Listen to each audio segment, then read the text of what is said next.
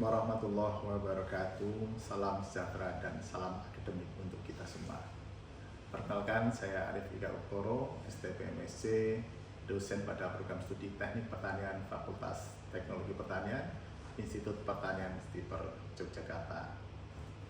Video ini saya buat sebagai bentuk pernyataan diri dalam unjuk kerja Tridharma Perguruan Tinggi atau PDD UKT-PT tahun 2025 dengan fokus utama pada penjabaran rencana pelajaran semester atau RPS dari mata kuliah Survey Mapping dan Aplikasi SIP untuk perkebunan dengan kode mata kuliah 210435. Mata kuliah ini merupakan mata kuliahnya wajib yang diberikan pada semester 3 dengan bobot 3 SKS, terdiri dari 2 SKS teori dan 1 SKS praktikum. Mata kuliah ini bertujuan membekali mahasiswa dengan pemahaman mengenai konsep survei pemetaan secara terestris menggunakan GPS, pemetaan digital, serta sistem informasi geografi yang terintegrasi.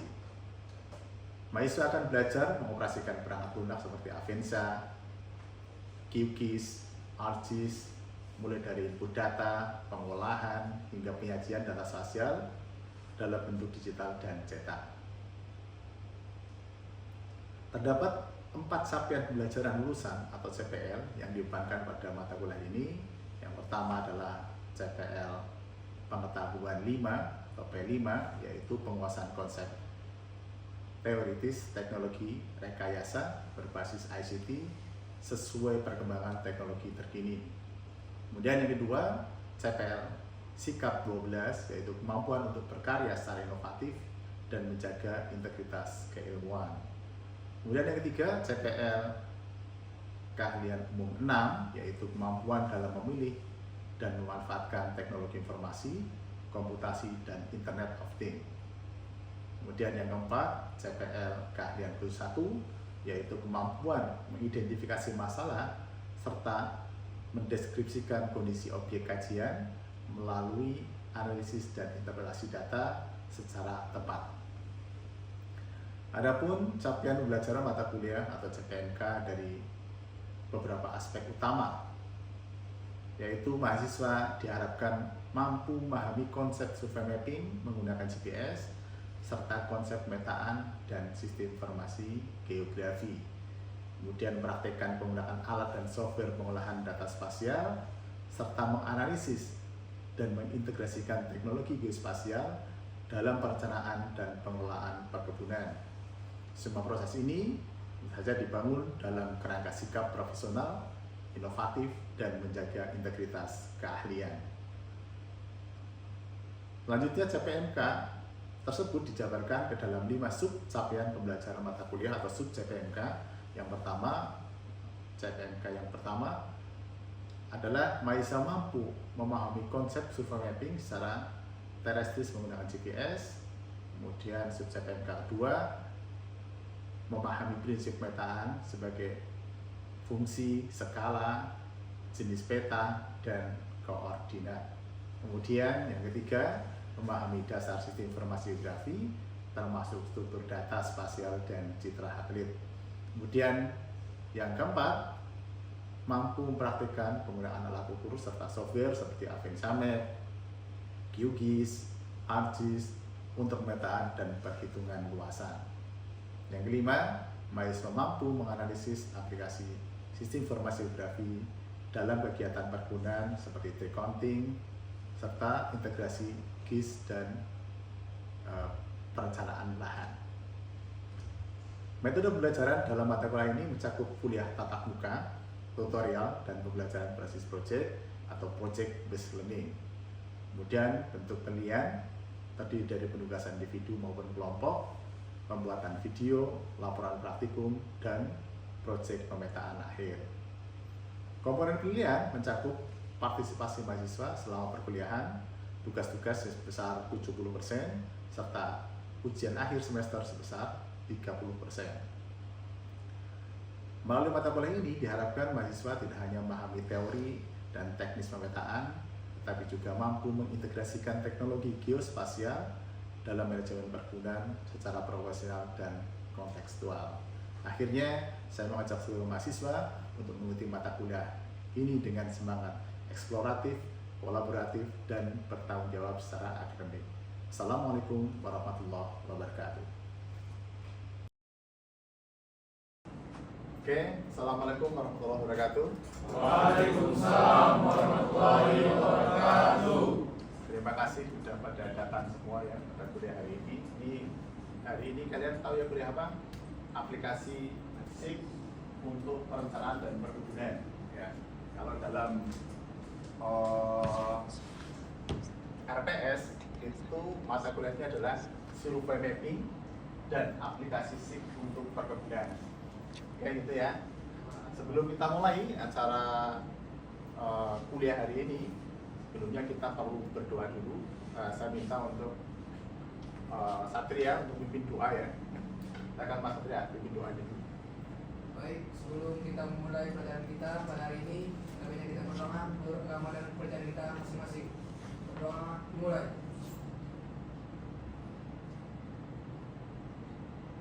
Selesai. Terima kasih Mas Satria sudah pimpin doa ya.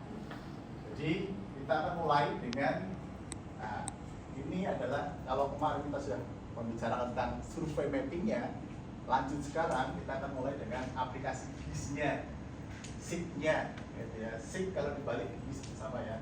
Untuk perencanaan perkebunan ini nanti yang kita pelajari di sini ada banyak seperti yang ada di slide depan, itu ada drone, ada satelit.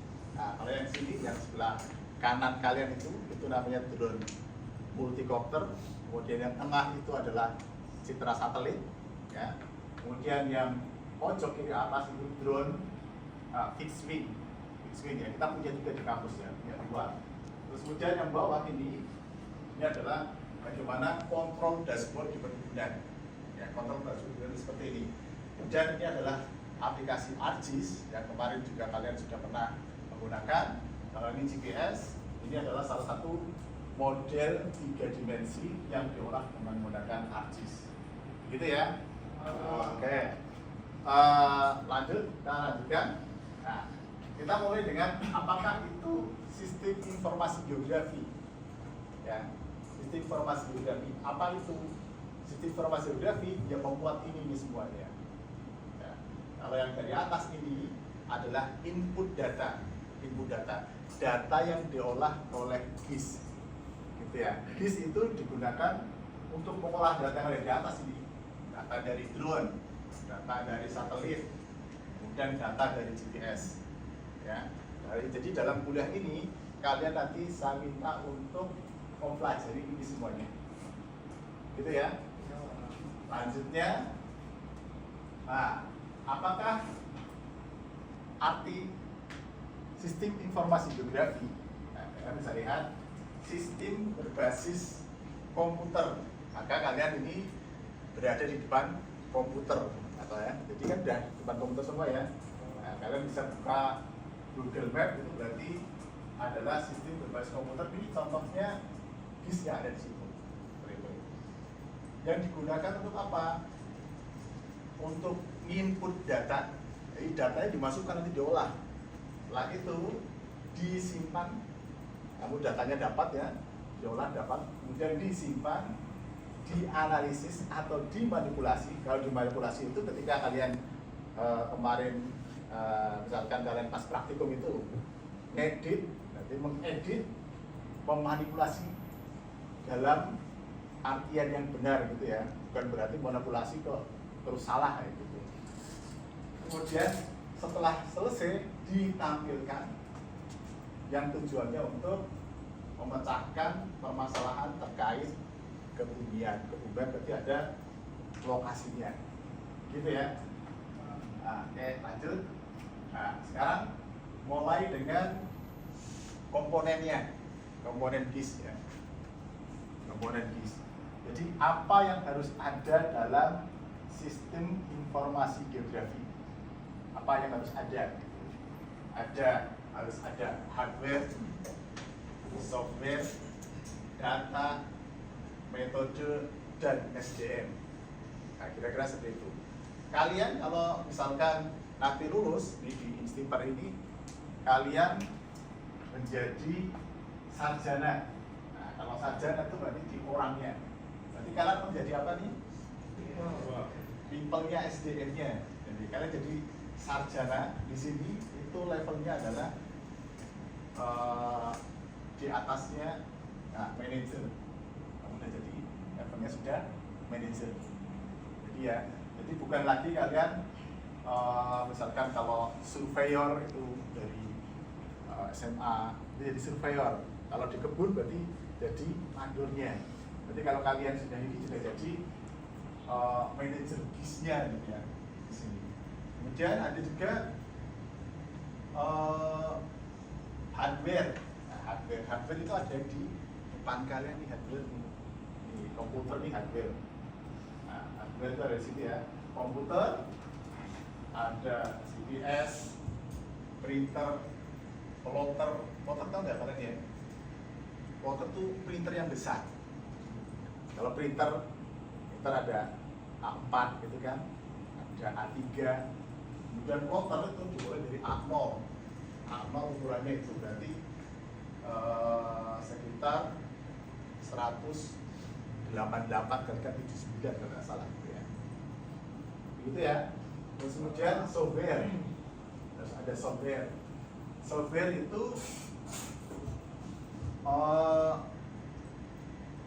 yang harus ada di hardware. Ini hardware-nya ada software-nya. Software-nya adalah GIS software contohnya. Ada yang tahu GIS software? Kalian tahu nggak namanya? Contoh software yang digunakan ketika kamu mengerjakan praktikum kamu menggunakan apa? ARGIS ya. ARGIS itu termasuk software-nya. Ya, GIS software itu ARGIS termasuk software-nya. Kalian menggunakan depan kalian nih ada komputer, ada software-nya. Windows itu termasuk software. Itu ya. Terus kemudian harus ada metode ya. Metode itu ketika sudah ada orang itu harus di training mas, harus bisa. Kalau ada orang doang dia tidak tahu metodenya, maka dia tidak bisa mengerjakan. Dia harus punya metode ya, metode caranya ya. Terus juga yang terakhir harus ada data. Nah, kira-kira seperti itu. Lanjut mas. Nah, input data sekarang ya. Tadi kan sudah komponen ya. Jadi komponen itu tadi kan saya sebutkan ya. Kalau misalkan kalian punya mobil, kan ada komponennya nih. Nah, komponen tadi, ya, kalau kita lihat slide sebelumnya tadi, ya, kita coba lihat slide sebelumnya. Ya, yang ini ya. Ada hardware, software, data, people, metodenya. Ini kalau di mobil itu komponen-komponennya. Jadi penyusun mobil itu ada komponennya. Ada rodanya harus kan, kalau nggak ada rodanya nggak bisa jalan. Nah, kalau harus ada mesinnya, harus ada ya mobilnya sendiri, bodinya, kayak gitu. Nah, kita lanjutkan ke input data nih. Salah satu input data. Jadi tadi kan input datanya di input ya. Apa yang akan diolah input? Nah, contohnya adalah ini adalah citra satelit dan foto udara. Nah, kalian kan sudah ada di depan kalian ada komputer nih ya. Kalian bisa buka Google Map contohnya. Nanti saya kasih tahu kalian. Coba kalian bisa buka Google Map ya. Google Map. Sudah buka. Nah, kalian bisa lihat misalkan di contoh citra ya. Citra satelit ini itu contohnya adalah citra yang ada di Google Map atau Google Earth ya. Ada Google Earth ya. Google Earth sekarang kan versinya gratis ya. Jadi Google Earth sekarang gratis. Dulu itu pas zaman saya Google Earth itu harus bayar $400 ya. Jadi harus membayar ke Google untuk bisa mengakses Google ya. Google Earth, nah gitu. Contohnya gitu ya. Kalian bisa buka Google Earth. Kalian bisa contoh misalkan kalian bisa buka Instiper. Nah, Instiper ya. Kalian bisa buka Instiper mas. Kalau ketika aja Instiper kan kelihatan ya. Itu istighfar. Nah ini Google Earth yang ada di sini itu merupakan input data dalam sistem informasi geografis. Jadi input datanya, data diproses jadi hasil. Inputnya apa?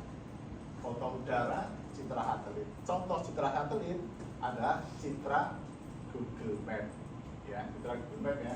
Kalian bisa lihat citra Google Map di situ.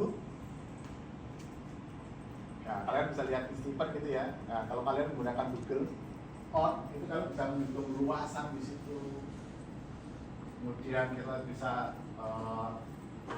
menghitung kelilingnya, jarak, luasan gedung. Kan kelihatan ya, itu Google Map. Nah, Google Map. Ini dia menggunakan satelit, citra satelit namanya adalah citra satelit QuickBird. Citra satelit QuickBird. Citra satelit QuickBird itu mempunyai resolusi spasial, kalau yang ada di sini adalah 0,6 ya, 0,6. Jadi 0,6 itu kalau kamu zoom terus Google Map tadi, Google Map mulai dari situ ya, kamu zoom terus, itu pixel terkecil itu ukurannya adalah 0,6 kalikan 0,6 meter. Di objek terkecil yang bisa terlihat itu adalah 0,6 kalikan 0,6 meter, 60 cm. Jadi kalau kamu lihat kambing misalkan, dia ukurannya lebih dari 60 cm. Nah, 60 cm itu mungkin masih kelihatan. Tapi kambing kan kalau kita lihat tidak ada 60 cm.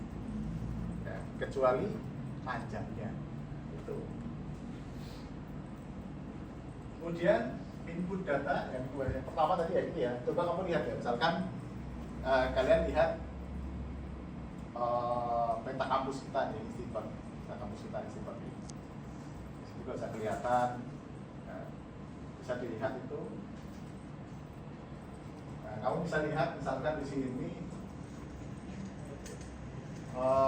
kampus kita, misalkan Fakultas Teknologi Pertanian. Bisa dicek itu, kamu bisa menggunakan mode, ada gambar penggaris tuh ya, situ kan. Bisa kalian ukur berapa sih luasan. Nah, bisa cek coba, Mas Irfan, kamu cek Mas, berapa sih luasan Fakultas Teknologi Pertanian?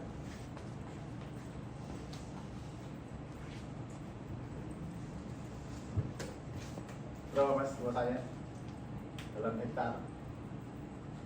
Nah, nanti akan kelihatan di sini, akan kelihatan itu kurang lebih 0,4 hektar atau 404.000 meter. Jadi fakultas kita, gedung fakultas kita FTP itu luasnya kurang lebih berapa Mas? 2000 meter, kurang lebih 2000 meter. Jadi 2000 meter itu fakultas FTP. Jadi walaupun kamu nggak datang, ya ini salah satu kelebihan dari citra satelit ya. Walaupun kalian nggak datang ke kampus atau ke tempat itu, tetapi kamu bisa mengetahui ukurannya, luasnya gitu.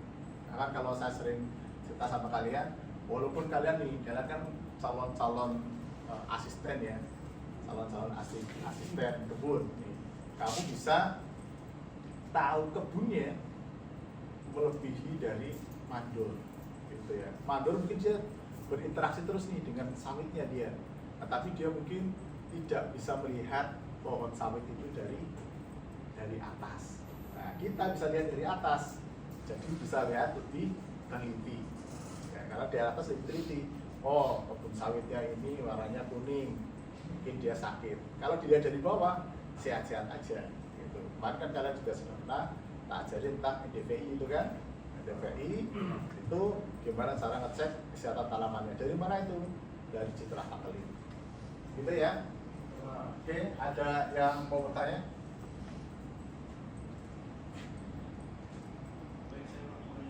Oke. Gimana Mas? Manfaat dari kita belajar untuk di perkebunan itu apa aja sih Pak? Oke, Mas. Terima kasih Mas. Kamu udah bertanya. Mas apa namanya? Mas Jonathan lupa. Mas Jonathan, manfaat GIS di perkebunan Mas ya. Jadi gini Mas, saat kita mengelola kebun yang hanya luasnya 1 hektar misalkan gitu ya, 1 hektar saja, kita cukup datangi kebun itu, kita datang, kita puterin 1 hektar selesai, hanya dalam beberapa menit saja.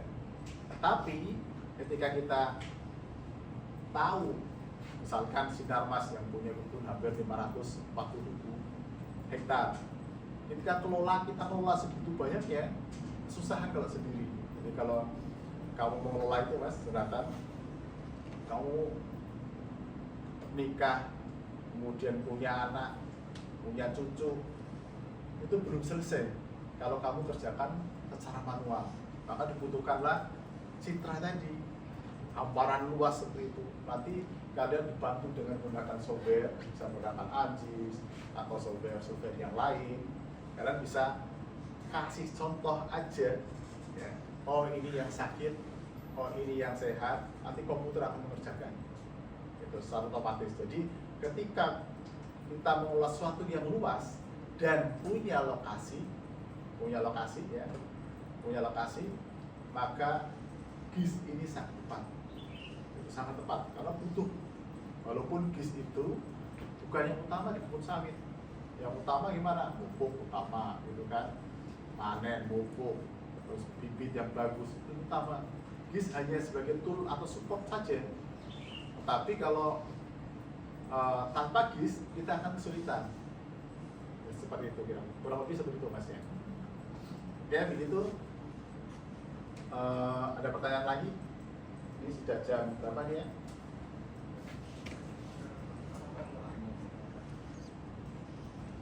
Oke, sudah kurang 5 menit lagi nih.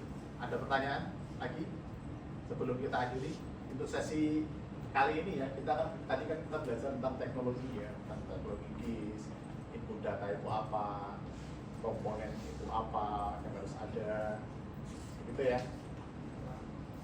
Oke, ada yang bertanya? Oke, Mas Satria, gimana Mas? Pertanyaannya gini Pak, tentang aplikasi GIS ini itu memiliki kekurangan nggak Pak? Kalau memiliki kekurangan itu seperti apa? Oke, jadi kita bisa lihat slide tadi ya, di komponen GIS tadi, kita lihat komponen GIS tadi. Nah, di komponen Mas, kita lihat kekurangannya ya. Semua teknologi itu punya kekurangan dan kelebihan. Itu. Kekurangannya adalah ketika people SDM ini, SDM-nya ya, dia tidak berkualitas atau tidak menguasai, ya, tidak menguasai, ini malah petaka nanti Mas. Ini ya. Karena apa? Ketika dia mengolah bisa salah Mas. Gitu. Jadi kalau mengolah salah, padahal sudah banyak dan data itu digunakan untuk mengambil keputusan di manajemen, wah, akhirnya berbahaya. Jadi kelemahannya adalah SDM. Ya, untuk mencetak seorang ahli GIS itu dibutuhkan SDM yang bagus Mas, SDM-nya. Ya, kemudian SDM, ketika SDM itu dia menggunakan metode yang salah, misalkan kalian menggunakan ArcGIS gitu ya, langsung aja kalian kayak kemarin ketika melakukan digitasi kemarin ya, bikin gambar itu, kalian nggak di zoom, nanti akan salah. Nah, data yang salah tadi itu ketika digunakan orang lain itu salahnya jadi terus menerus. Ketika kamu keputusan dengan data yang salah, hasilnya adalah ya nanti salah semua keputusan, ruginya banyak.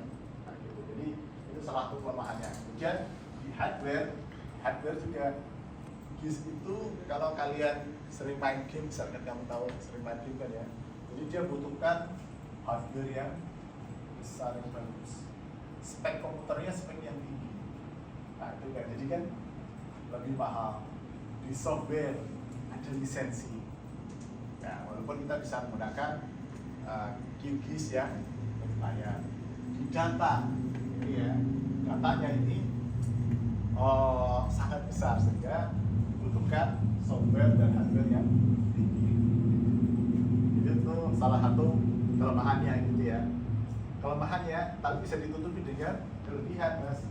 Kelebihannya kalau di perusahaan hardware sudah nggak jadi masalah. Kemudian software mereka bisa beli yang lisensi yang bagus. Data mereka menyediakan SDM dari perebutan. Misalkan dari Stiper nih, mahasiswa dari Stiper direkrut di perusahaan, salah satu perusahaan di Sinarmas misalkan. Kamu ahli GIS, maka kamu di sini jadi seorang manajer GIS dengan yang kompeten, maka kelemahan itu akan tertutupi. Seperti itu. Itu mas, kira-kira mas. Tapi kalau kelebihannya jauh lebih banyak. Kira-kira seperti itu. Terus kemudian nanti untuk pertemuan berikutnya kita akan bahas tentang GPS ya. Bagaimana GPS terintegrasi dengan GIS. Saya kira seperti itu untuk kuliah hari ini. Jangan lupa tugasnya gitu ya. Hari ini siapa yang nggak berangkat ya? Ada semua. Oke, terima kasih sudah ada semuanya. Sampai ketemu pekan depan. Kalau udah nggak ada pertanyaan lagi ya. Saya akhiri. Assalamualaikum warahmatullahi wabarakatuh. Waalaikumsalam warahmatullahi wabarakatuh.